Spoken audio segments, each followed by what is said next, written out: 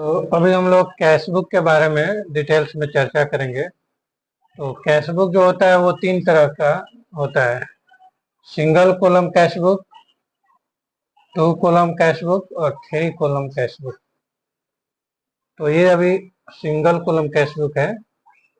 Single column cash book में क्या रहता है कि कैश से रिलेटेड जो भी रहेगा ना वो ट्रांजैक्शन में रहेगा और उसका posting single column cash book में किया जाता है। और एक इम्पोर्टेंट बात यह है कि कैश बुक जो होता है हमेशा डेबिट बैलेंस होता है, वो क्रेडिट बैलेंस कभी नहीं हो सकता है। कैश बुक जो है हमेशा डेबिट बैलेंस होता है। वैसे भी कैश जो है एसेट होता है, तो एसेट हमेशा डेबिट बैलेंस होता है। तो यहाँ अगर मान लीजिए कि मेरे पास ओपनिंग में, जैसे इस क्वेश्चन में भी दिया हुआ है, enter the following transaction in single column cash book. Cash in hand 1700, cash in hand 1/4/2025 को कैश इन हैंड है 1700। तो इसका पोस्टिंग हम कैसे करेंगे? यहाँ पे कैश इन हैंड है अपने पास 1/4/2025 को to balance BD 1700। Paid to mister R Bansal, R Bansal को पे किया गया है 300 रुपये। तो अगर इसका जनरल एंट्री देखा जाए तो एंट्री क्या करेंगे हम लोग? R Bansal account debit to cash, R Bansal account debit to cash. तो कैश क्रेडिट में है, तो क्रेडिट में होने की वजह से क्रेडिट साइड में जाएगा। क्या जाएगा? By R Bansal, by R Bansal कितने से? 300 से। इसका हम लोग एक एक करके जनरल इंटरव्यू मारेंगे तो हम लोग को समझ में आएगा कि कैश बुक कैसे प्रिपेयर हो रहा है। ये कैश इन हैंड है, तो कैश इन हैंड है तो टू बैलेंस BD हो गया। इसका एंट्री करने की जरूरत नहीं है, ओपनिंग बैलेंस बता रहा है कि मेरे पास कैश इन हैंड है 1700 रुपये का। ये बोल रहा है कि paid to mister R Bansal. तो अगर इसका जनरल एंट्री देखा जाए तो क्या होगा? आर बंसल को पैसा किया है, R Bansal account debit to cash. ठीक है, कितने के? 300। तो यहाँ कैश क्रेडिट में है, तो ये तो कंफर्म हो गया कि क्रेडिट साइड में लिखना है। क्या लिखना है? तो कैश बुक में तो कैश कहीं लिखा नहीं जाएगा, तो ये डेबिट वाले साइड में क्या लिखा? आर बंसल अकाउंट डेबिट, तो वही R Bansal account 300। Debit side में 2 से शुरू होता है और क्रेडिट साइड में 22 से शुरू होता है। ओके, तो इस तरह से हर एक एंट्री को कैश बुक में ट्रांसफर करना है। और ध्यान रखना है कि कैश बुक में वही जाएगा जो कैश से रिलेटेड रिसीट या पेमेंट होंगे। दूसरा कोई एंट्री कैश बुक में नहीं जाता है। कैश बुक में सिर्फ वही एंट्री जाएगा जिसमें या तो डेबिट में कैश अकाउंट डेबिट लिखा हो या क्रेडिट में टू कैश अकाउंट लिखा गया हो, तो वही कैश बुक में जाएगा जो सिंगल कॉलम कैश बुक रहता है उसमें। और यहाँ purchase goods from Goyal and company for cash 400। तो इसका एंट्री क्या होगा? परचेज किया गया है तो purchase account debit 400 to Goyal and company.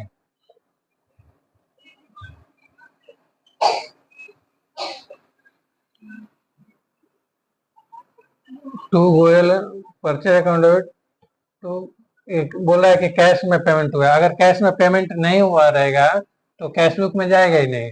यहाँ पे लिखा है purchase goods from Goyal and company for cash, तो टू कैश हो जाएगा 400। तो यहाँ पर क्या देखें हम लोग कि कैश बुक जो कैश जो है क्रेडिट में है, तो क्रेडिट में होने की वजह से अगर क्रेडिट साइड में लिखा जाएगा। क्या लिखा जाएगा? By purchase.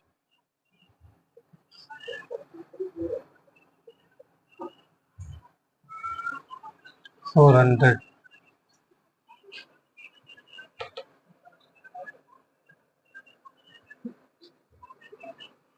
तो ये हो गया, ये हो गया, ये हो गया। Received from R Kaunsal, R Kaunsal से रिसीव हुआ है कितना, 980। तो इसका एंट्री क्या होगा, कैश अकाउंट डेबिट,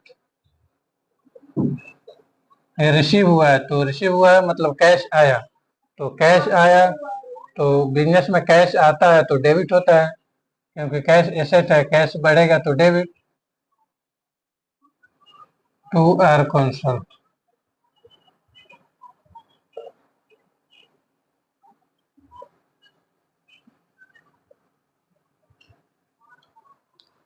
तो यहाँ कैश डेबिट है, तो कैश डेबिट होने की वजह से कैश बुक में डेबिट साइड में ही लिखना होगा, क्योंकि यहाँ कैश डेबिट है तो कैश बुक में डेबिट साइड में लिखना होगा। क्या लिखना होगा, to R council.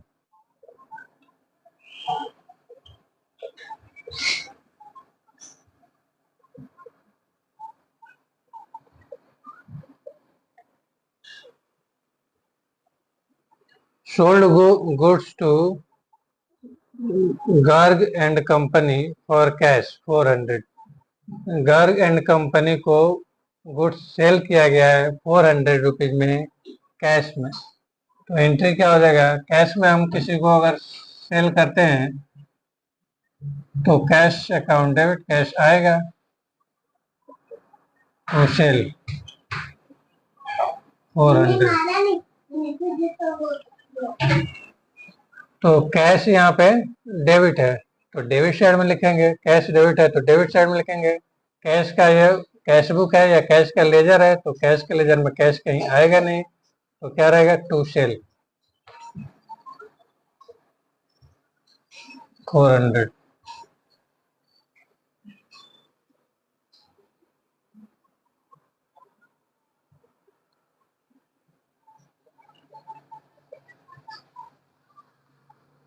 Paid to S Anshal 295, paid to S Anshal, S Anshal को पे किया गया है। एस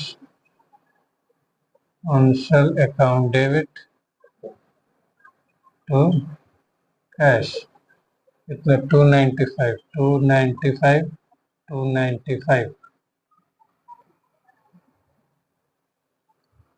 तो यहाँ कैश क्रेडिट है, टू कैश है तो क्रेडिट साइड में लिखेंगे, क्या लिखेंगे, bye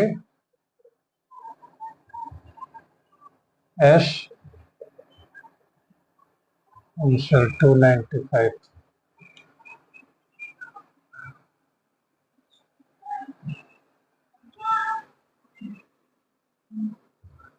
paid wages, wages paid किया गया है तो इनसे क्या होगा, wages account debit to cash, कितना, 50।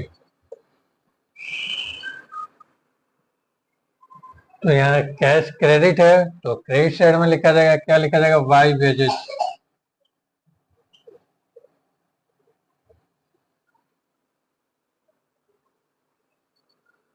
Paid to X and company, paid to X and company, X and company account debit,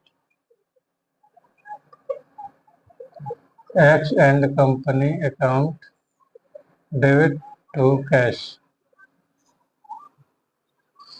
390। To cash है, क्रेडिट साइड में है तो यहाँ पे क्रेडिट साइड में by X and company 390। Purchase furniture, furniture purchase हुआ है 200 का, तो purchase account debit, sorry, furniture purchase हुआ है तो फर्नीचर अकाउंट डेबिट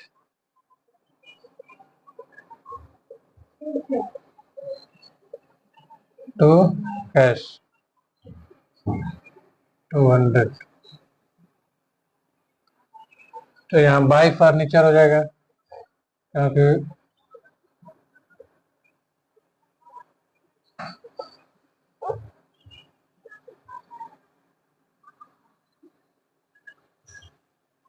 क्योंकि यहाँ पे कैश क्रेडिट में है तो एक क्रेडिट साइड में जाएगा।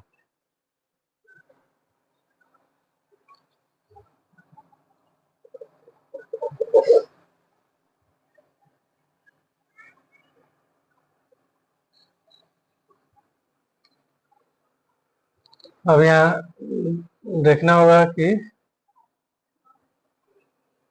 इधर टोटल कितना है और इधर का टोटल कितना है। तो ये कैश बुक हो गया, पूरा एंट्री हम लोगों ने कर लिया। तो इसका टोटल लगाएंगे, टोटल लगाएंगे 1700, 980 और 400। तो ये 3080, 3080, 3080 में से ये माइनस करेंगे तो इधर आ जाएगा बाई बैलेंस, सीडी बोलेंगे इसको। ये बैलेंसिंग फिगर है, B dot F, balancing figure कितना हो जाएगा? बैलेंसिंग फिगर 1445, 3080, 3080 इधर, 3080 इधर। ये बैलेंसिंग फिगर है कितना? 1445। मतलब मैं क्या बोला कि कैश बुक जो है हमेशा डेबिट बैलेंस होता है, तो यहाँ पे डेबिट बैलेंस है ओपनिंग में, और क्लोजिंग भी डेबिट बैलेंस निकला। डेबिट बैलेंस क्लोजिंग निकला कैसे? क्योंकि डेबिट साइड ज्यादा है, ये डेबिट साइड ज्यादा है। जब हम बैलेंसिंग फिगर जो 1445 रुपया जो है ऐड करने के बाद, इसमें 1445 ऐड करने के बाद 3080 हो रहा है, और ये बिना ऐड किए हुए 3080 है। मतलब डेबिट साइड ज्यादा है। इसको क्या बोलते हैं? हम लोग बोलते हैं कि डेबिट बैलेंस है। मिलाने के लिए हम लोगों ने क्रेडिट साइड में लिखा है बाय बैलेंस सीडी। इतना कम हो रहा है तो इधर हमने लिख दिया, तो ये मिला दिए तो इसके बराबर हो गया। मिलाने के लिए हम लोग क्रेडिट साइड में लिखे हैं, लेकिन ज्यादा क्या है? डेबिट साइड में ज्यादा है, इसलिए इसको हम लोग डेबिट बैलेंस बोलते हैं इसको। मतलब क्या हुआ कि कैश बुक हमेशा डेबिट बैलेंस होता है, या ओपनिंग भी क्लोजिंग भी। ठीक है, तो ये सिंगल कॉलम कैश बुक है। इसके बाद हम लोग डबल कॉलम कैश बुक देखेंगे। हम लोगों ने सिंगल कॉलम कैश बुक देखा, ये टू कॉलम कैश बुक इसको बोलते हैं। टू कॉलम कैश बुक में क्या होता है कि कैश बुक के बगल में एक डिस्काउंट का कॉलम भी रखा जाता है। तो ये हो गया टू कॉलम कैश बुक। अगर ये थ्री कॉलम कैश बुक रहता तो क्या हो जाता? डिस्काउंट, कैश और बैंक, तीन कॉलम हो जाते हैं। डिस्काउंट, कैश और बैंक, तीन कॉलम हो जाते हैं। तो ये डबल कॉलम कैश बुक इसको बोला जाता है। तो अब इसको भी एक एक करके जो इसका ट्रांजैक्शन है देख लेते हैं कि इसका इफेक्ट कैश बुक में कैसे जाता है। तो वो तो हम लोग पहले भी समझ चुके हैं कि कैश बुक जो होता है हमेशा डेबिट बैलेंस होता है। तो यहाँ लिखा हुआ है कि कैश इन हैंड 4000। मतलब ओपनिंग में अपने पास क्या है? To balance BD, to balance BD 4000। ये बोल रहा है कि कैश इन हैंड अपने जब ये जो फाइनेंशियल ईयर है या जो कैलेंडर ईयर है उसका फर्स्ट डे अपने पास 4000 कैश इन हैंड है, तो इसको टू बैलेंस बीडी बोलेंगे। ओपनिंग एसेट हो गया। ठीक, और उसके बाद कैश परचेज, कैश में परचेज हुआ है 2000 का। तो एंट्री करके हम लोग समझेंगे तो ज़्यादा क्लियर होगा, वन बाई वन करके। तो कैश में परचेज हुआ है तो purchase account debit to cash. Purchase होगा तो यही होगा, कैश में परचेज होगा। तो कैश में जब परचेज होता है तो यहाँ पार्टी के नाम लिखने का कोई जरूरत नहीं है, याद रखने की जरूरत नहीं है कि किसे हमने परचेज किया। ये नाम रखने की जरूरत कब पड़ती है? जब उसको बाद में पैसा देना पड़े। तो वो भी और लेजर मेंटेन करेगा, मैं भी लेजर मेंटेन करूंगा। तो पैसा पर वो तो हम कैश पर परचेज किए हैं तो उसका लेजर मेंटेन करने की जरूरत नहीं है। थियोरेटिकली जरूरत नहीं है, प्रैक्टिकल में हम लोग जब बुक्स ऑफ अकाउंट्स में बनाते हैं, ऑफिस में काम करते हैं, तो वहाँ पे हम लोग कर सकते हैं। लेकिन थ्योरी में अभी जो हम लोग इधर जैसे एग्जाम में आता है, 11th 12th का कोई एग्जाम दे रहा है, तो उसमें जरूरत नहीं है। तो purchase account debit to cash कितना था? 2000।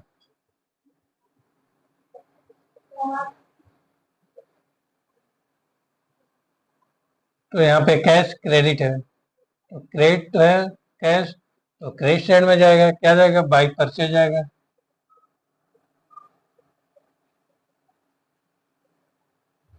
सॉरी, डिस्काउंट के कॉलम में नहीं रहेगा, कैश के कॉलम में रहेगा। डिस्काउंट के कॉलम में केवल डिस्काउंट आएगा। परचेज को डेबिट किया क्योंकि परचेज को हम लोग एक्सपेंस ट्रीट करते हैं और एक्सपेंस बढ़ता है तो debit.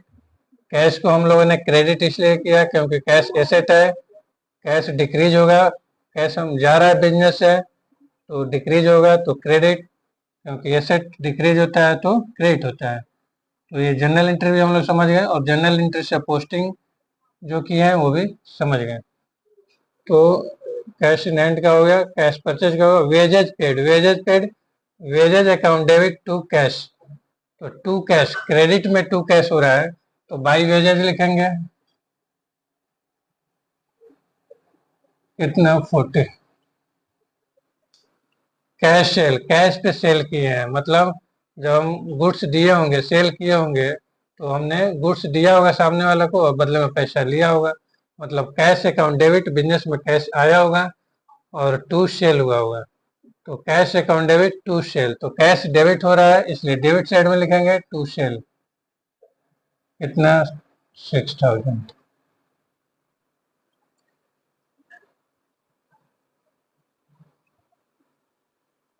Cash received from Suresh and allowed him discount. Cash receipt कितना किए हम उससे, सुरेश से 1980 और उसको डिस्काउंट कितना दिए हैं 20। तो इसका एंट्री हम लोग समझ लेते हैं। कैश हम कितना लिए हम उसे 1920, तो मेरे पास cash account debit, cash business में आया होगा इसलिए कैश अकाउंट डेबिट कितना 1980। और डिस्काउंट अलॉट, डिस्काउंट अलॉट मतलब हमने डिस्काउंट दिया है, बिजनेस ने डिस्काउंट दिया है कस्टमर को।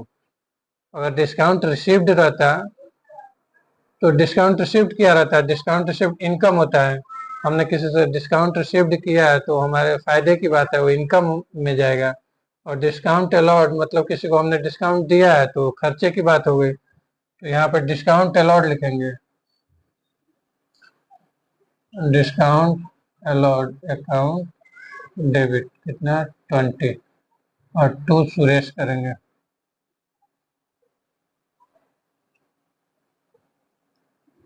2000।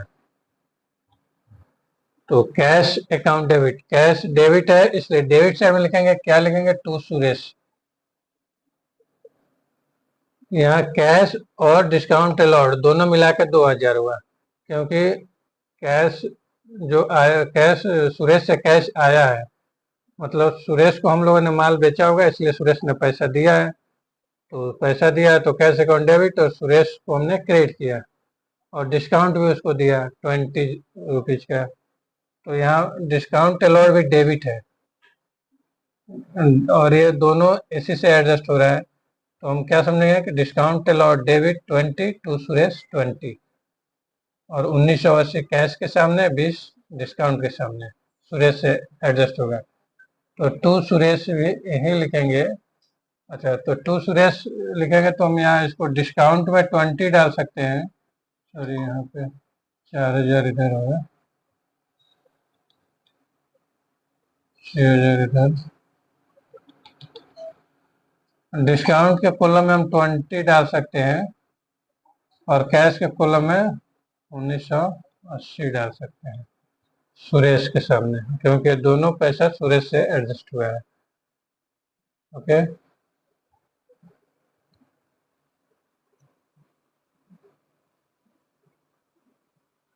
Cash paid to Munna, Munna को कैश गया है।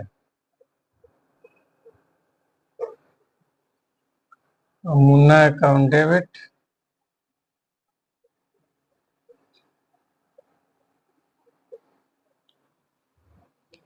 कितना गया है, cash paid to Munna 2470 and discount received 30, मतलब 2500 का हिसाब है ये। तो मुन्ना को हमने डेबिट कर दिया 2500 से to discount received, discount received 30 to cash, cash paid to Munna 2470। ये डेबिट क्रेडिट दोनों मिलके, डेबिट जितना है उतना ही क्रेडिट भी होना चाहिए, जितना क्रेडिट होना चाहिए उतना डेबिट होना चाहिए। अमाउंट टोटल ये 2500 है और ये दोनों भी मिला के 2500 हो रहा है, मतलब सही है। तो यहाँ कैश क्या है, क्रेडिट है, तो क्रेडिट है तो क्रेडिट साइड में लिखेंगे बाय मुन्ना। कितना, 2470। और उसके में डिस्काउंट के कॉलम में 30 भी लिख सकते हैं। मुन्ना से ही एडजस्ट हुआ है तो मुन्ना के सामने लिख देंगे 30।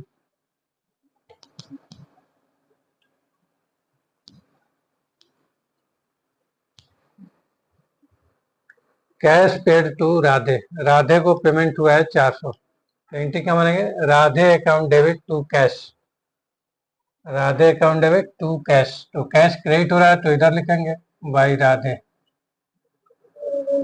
कितना, 400। Purchase goods for cash, cash में परचेज किए हैं 2070 रुपये का, तो purchase account debit to cash, तो कैश क्रेडिट हो रहा है तो इधर लिखेंगे बाई परचेज 2070।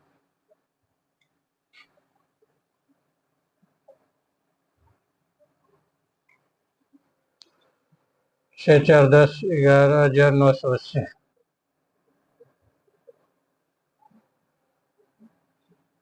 दो चार छः, तो इधर भी 11,980 करना होगा, और 11,980 में से ये माइनस करेंगे तो डिफरेंस 5,000 का आएगा। यहाँ बाई बैलेंस सीडी लिखेंगे। बाई बैलेंस सीडी का मतलब क्या है, ये बैलेंसिंग फिगर है, B dot F balancing figure. ये कहाँ से है, इसमें कंफ्यूज नहीं होना है, जो बैलेंस फिगर है वही यहाँ पे लिखा गया है। ये ओपनिंग कैश इन हैंड है, ये क्लोजिंग कैश इन हैंड है, 5,000। इतना सब ट्रांजैक्शन करने के बाद 5,000 कैश इन हैंड है क्लोजिंग के तौर पे। ये ओपनिंग के तौर पे था 4,000, ये क्लोजिंग के तौर पे है 5,000 कैश। ओके, और डिस्काउंट का टोटल नहीं लगाया जाता है। डिस्काउंट का टोटल लगा भी लेते हैं, जैसे यहाँ 20 है, यहाँ 30 है, तो इसका बैलेंसिंग नहीं किया जाता है डिस्काउंट का। जब 2 कॉलम कैश बुक बनाएंगे, डबल कॉलम कैश बुक बनाएंगे और लेजर जब डिस्काउंट का रखेंगे, एक अलॉर्ड का एक रिसिप्ड का, तो दो केवल टोटल ही लगाएंगे दोनों साइड, उसका बैलेंसिंग नहीं करते हैं। और ये जो टोटल है ये ट्रायल बैलेंस में उठ के चला जाएगा। एक डिस्काउंट अलॉर्ड डेबिट साइड में रहेगा ट्रायल बैलेंस में, डिस्काउंट रिसिप्ड ट्रायल बैलेंस में क्रेडिट साइड में रहेगा। जैसे कि अगर इसका हम ट्रायल बैलेंस बनाते हैं, ट्रायल बैलेंस,